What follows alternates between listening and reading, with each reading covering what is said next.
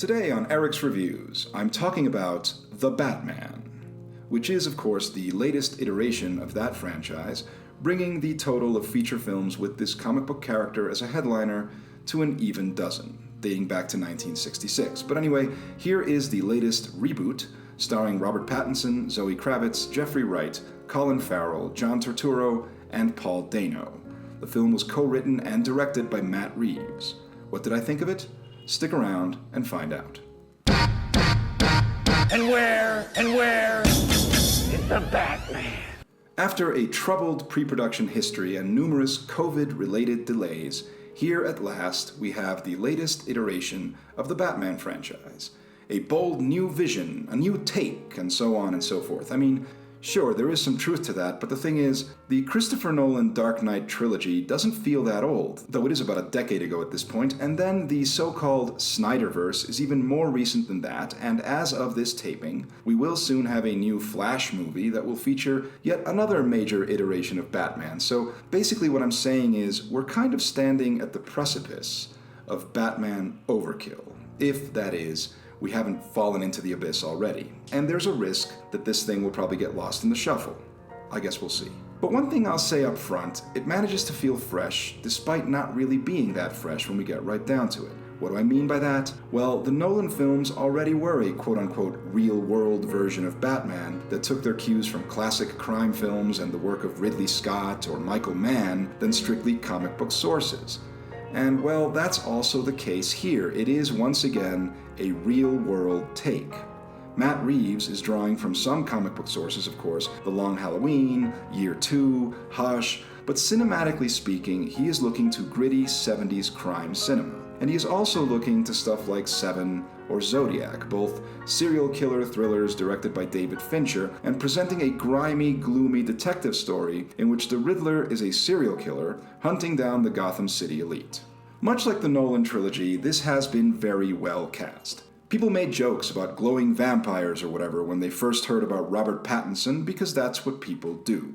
People are stupid. But Robert Pattinson is an actor, please remember. He's not actually that teenage vampire from that movie you hate. He's just a person who played that teenage vampire. This is what he does for a living. He plays characters who are different from one another. And in the role of Bruce Wayne / Batman, he is very good.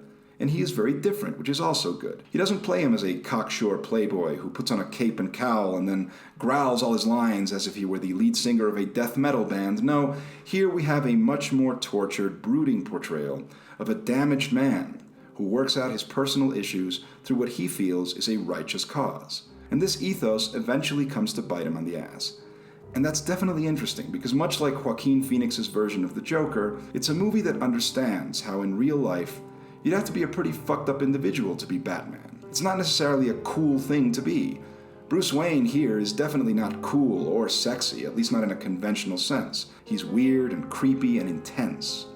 And he looks like Crispin Glover. And I guess that's what a real-world version of Bruce Wayne would be. And this extends itself to the rest of the cast and the way Gotham City is presented. It's all very convincing. Again, as Nolan did with The Dark Knight, we have a city that feels like a real city rather than something that only exists in the imaginations of production designers like Anton Furst or Bo Welch. This doesn't look like an imaginative film set. There are no futuristic monorails or giant homoerotic statues or anything Baroque at all. It's a grungy, dark, wet city, and the crime world feels real, with its mobsters played by John Turturro, and Colin Farrell, whose mob lackey version of the Penguin feels ripped out of a Scorsese movie.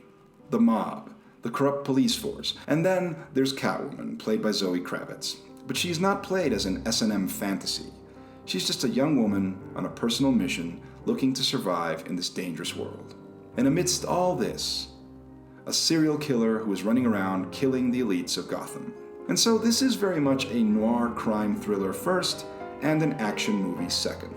It's very focused on the noir detective story aspects and basically eschews any comic book spectacle in favor of grounded psychological turmoil and social realism. There is a concession thrown towards big-ticket requirements in the form of two big action set pieces, a car chase about halfway through, and a climactic disaster sequence with a requisite fight scene, of course.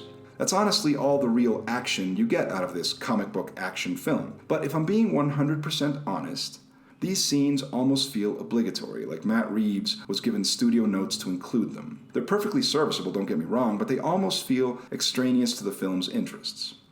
I mean, neither Seven nor Zodiac had car chases. Does Prince of the City have an extended fight scene on the rafters atop Madison Square Garden? I don't recall, but in any case, why should this gritty, grounded crime epic have those things?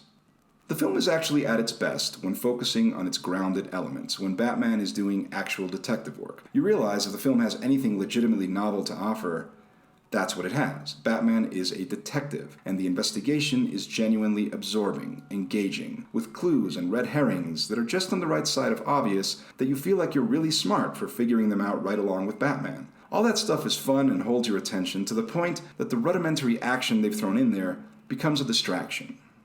And then, in the back third, this all starts to feel like the never-ending story, if you know what I mean.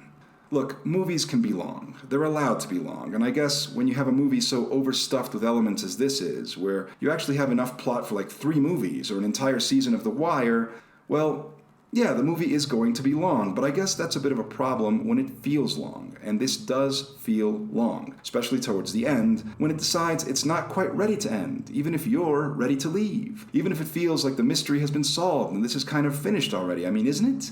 At the end of 7, that was it. The point was made. It's not like after they caught John Doe, there was still another 25 minutes to go because someone remembered there had to be a couple of explosions and a fight scene in this action, thriller, summer, slam, bang, comic book motion picture. So when the movie plays tug-of-war between being a 1970s crime epic or being a slick, big-ticket popcorn flick, it does start to drag. But overall, what they've done here is very solid. It's engaging, well-written, sophisticated, intelligent. It's a worthwhile view. Definitely. I just hope that if and when the Batman returns, they tighten it up a bit. Hey, I hope you liked this video, and if you did, please give me a like and subscribe to my channel and share the video.